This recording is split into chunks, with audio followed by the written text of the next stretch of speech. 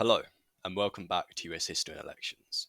Ever since Joe Biden dropped out of the presidential race on July 21st and endorsed Kamala Harris to take his place as the presumptive Democratic nominee, the polling, the vibe, and the general dynamics of the presidential race have swung in a considerable momentum towards Democrats and Kamala Harris.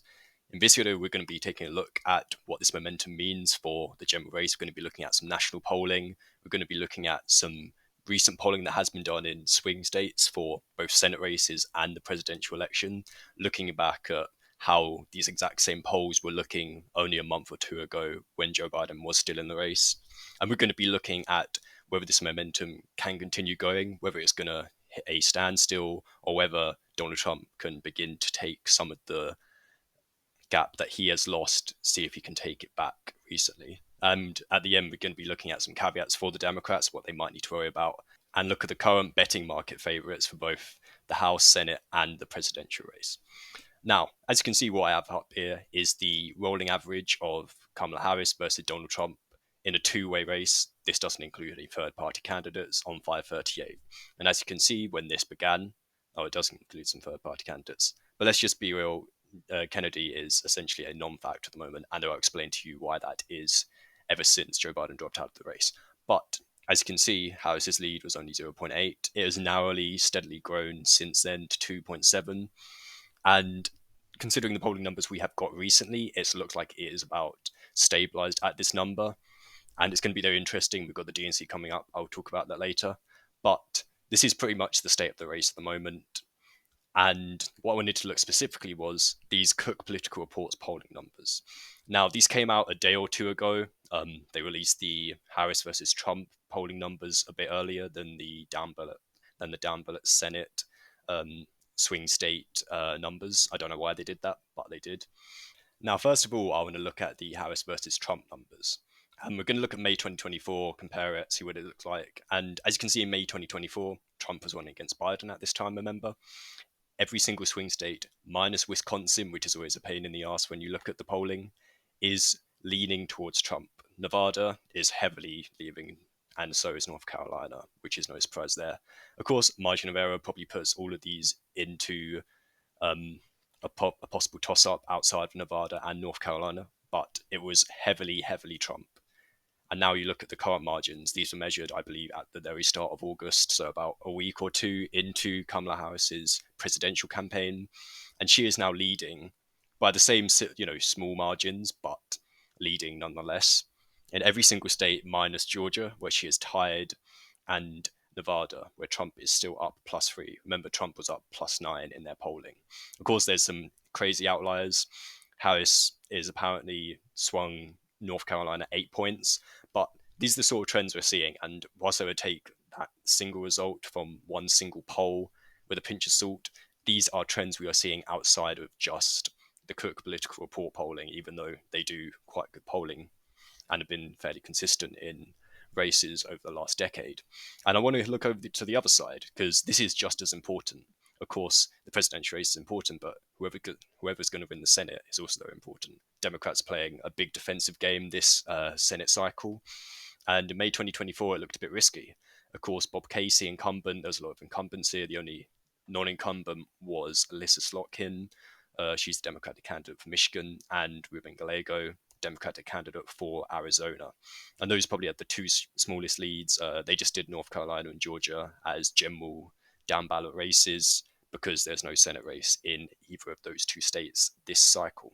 But as you can see, every single candidate, minus Tammy Baldwin in Wisconsin, had a huge gain. Gallego +4, Slotkin +6, Jackie Rosen +11 to a +18. I want to take that with a pinch of salt again, but it does show that Jackie Rosen is a clearly popular incumbent.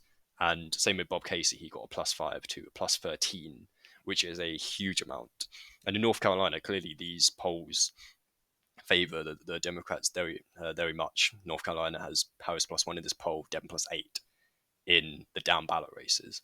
If they actually did anywhere near this in the general election on November, they would be winning the House comfortably with those margins. Of course, take it with a pinch of salt, only one polling data, but this is why I'm now going to go into the other polling sites that have averages. Now, RCP, which takes into account a lot more Republican-leaning pollsters such as Rasmussen Reports, they incorporate them at a higher frequency, higher weighting than some of the other polling websites. Currently has Harris +1, which is really interesting because it's still a Harris lead. It's still a Harris lead. I remember Biden last time they stopped tracking him. He was about Trump was +3.5 on him or away from him on the RCP polling website. Then we go on to the New York Times. They have Harris up +2 at the moment, and Nate Silver's own website at the moment currently has Harris up by 2.4 points. So as you can see, it is a clear sweep across the main polling aggregators. They currently have Kamala Harris up way up, and especially you can see the meteoric rise in the New York Times from 43% at the end of June to 49% at the middle of August. Donald Trump has pretty much stayed the same, 48% to 47%. I want to touch on that in a second. But it's similar with Nate Silver's one. Trump really hasn't changed that much, 43.8 to 44.3. His numbers have stayed the same, but Kamala Harris's have risen. And where I want to talk about Robert F. Kennedy is you might see a little trend down from 15 points down to about 4 points. Not included on this one, and too short on this one as well. But there's another one I want to look at here. Here we go.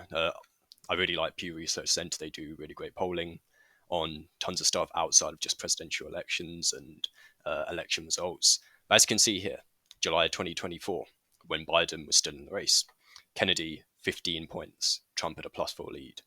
August 2024, Harris has a +1 lead, essentially a margin of error lead, but Kennedy down 8 points.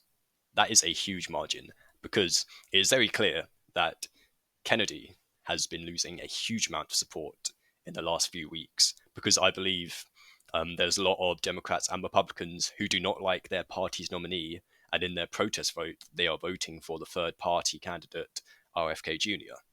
Now that Biden is no longer the Democratic nominee, a lot of those Democrats that were uneasy on voting for Biden are now a lot more likely to go back to the Democratic Party and happy, or at least content to vote for Harris. Because there's not really been a drop-off in Trump's polling numbers across the whole board. That's one thing to keep an eye on. Trump, his popularity is probably the highest it has ever been, maybe since his honeymoon period when he first became president back in 2017. That is astonishing. Trump is generally at a all-time high popularity rating throughout his entire political career. But Kamala Harris has not been taking votes necessarily from Trump supporters. She has been taking votes from Kennedy supporters and other people who were most likely going to sit out the election. People who were not Biden voters, not Trump voters. Basically, the double hater, as which the media has now coined these sort of voters. That's the sort of voter that Harris has managed to pull over to the Democratic camp ever since she has got into the race. Now, I want to make a few caveats. As you can see in this Pew Research polling, the strongly support, the voter enthusiasm has gone up hugely in the Democratic camp. It is now pretty much level with Trump supporters and extremely motivated to vote. That has pretty much gone up, but, strongly support their candidate. There's a lot more enthusiasm with Harris as the candidate compared to when Joe Biden was the candidate. And that's key because if you're not going to get out enthusiastic voters on November, I think a lot of the campaign managers for both the Democrat and the Republican Party are seeing this as a numbers election. They just want to turn out their base as much as possible. And if you're going to have unenthusiastic voters, that's going to be an extremely hard thing to do in your base areas of support. So Democrats in the cities and Republicans in the rural areas, if they don't have high enthusiasm from their voters, they're going to struggle to turn out enough of them to overturn the opposing parties' turnout numbers in their respective strong areas. Also for the Democrats, I would worry about Trump's popularity. That has really not dropped. It's pretty much stayed the same. I think pretty much all the Trump voters now, they say lean Trump, but I don't think there are many lean voters for the Trump campaign at this point. I think 45% is a very solid number for Trump. I don't think he's really going to drop down. The only question is whether Harris can get a few more from the Kennedy camp, from the people who usually are voters but are questioning whether they are going to vote in this election. I think that is where Kamala Harris is going to be picking up a lot of the voters. But there's clearly enough, because this is only 1 or 2% of the populace, of the electoral populace, going to come out and vote in early voting or on November 4th. But this is enough to turn the race in those key swing states. The swing states that all of this polling data has shown has started to swing in favor of Harris, even when they were fairly solidly aligned, all for Trump back in May, only 3 months ago, sorry. And this brings me on to the betting markets. Poly market is one I'm using. There's a few other ones, but in essence, if you want to bet, Kamala Harris is currently the narrow favorite at 53% to 44%. And just to make sure that how important this was, just after the debate, just before the debate, Biden was on 34%, Trump was at 60. Just after the debate, Biden dropped down to 20, and Trump was up to 60. The highest he got was just about 71%. Ever since then, the gap has consistently closed. Harris overtook about a week ago, and she has held that lead, not really increased it ever since then, but it is a lead, a narrow one at that. And this is why this is now a close election. Just after the debate, it wasn't really a close election. Now, Harris has made this a close election. All the swing states are going to be competitive, every single one. That includes North Carolina. Even though I do think North Carolina is always a struggle for any Democrat to win that at the presidential election. Obama only won it once back in 2008. But also, we want to look at the House race, because this is the down ballot race that we saw in this Cook political report that said the Dems were doing a lot better in some difficult swing states for them. And the betting markets had a low. This was just after the debate again. They dropped below 50%. Of course, people have been saying that Democrats have had the advantage, a slight advantage, but an advantage of that in winning the House back in 2024. And ever since Kamala Harris took over, here is it, when they're about 50 cents, the Democratic odds have skyrocketed to a 65-cent higher. So there's clearly a lot of hope for them. I just want to quickly go back to the Senate. I don't want to forget that, because even though I showed all those Senate races were important and going well for the Democrats have to win those Senate races. If they are losing any of those, then they are in a bad position, because the real two Senate races to look at are Ohio and Montana. I'll look into them closer in a different video. And at the moment, it's not looking good for the Democrats in Montana. Always going to be a hard race there. Looking better for them in Ohio, but they have to hold on to all of those seats because they are going to lose West Virginia whether they like it or not. So that's why the Republicans are at an advantage at the moment. But the Democrats have been going higher. They're about 25% since the start of July. They've gradually increased that to about 30%. But at the moment, I would say the Republicans have a strong advantage in winning back the Senate, whilst the Democrats have a fairly solid advantage in winning back the House. So just to recap everything I said, Harris is in a good momentum part at the moment, but I do think that momentum has pretty much stopped. I think the DNC is going to help keep her in some positive news for the moment.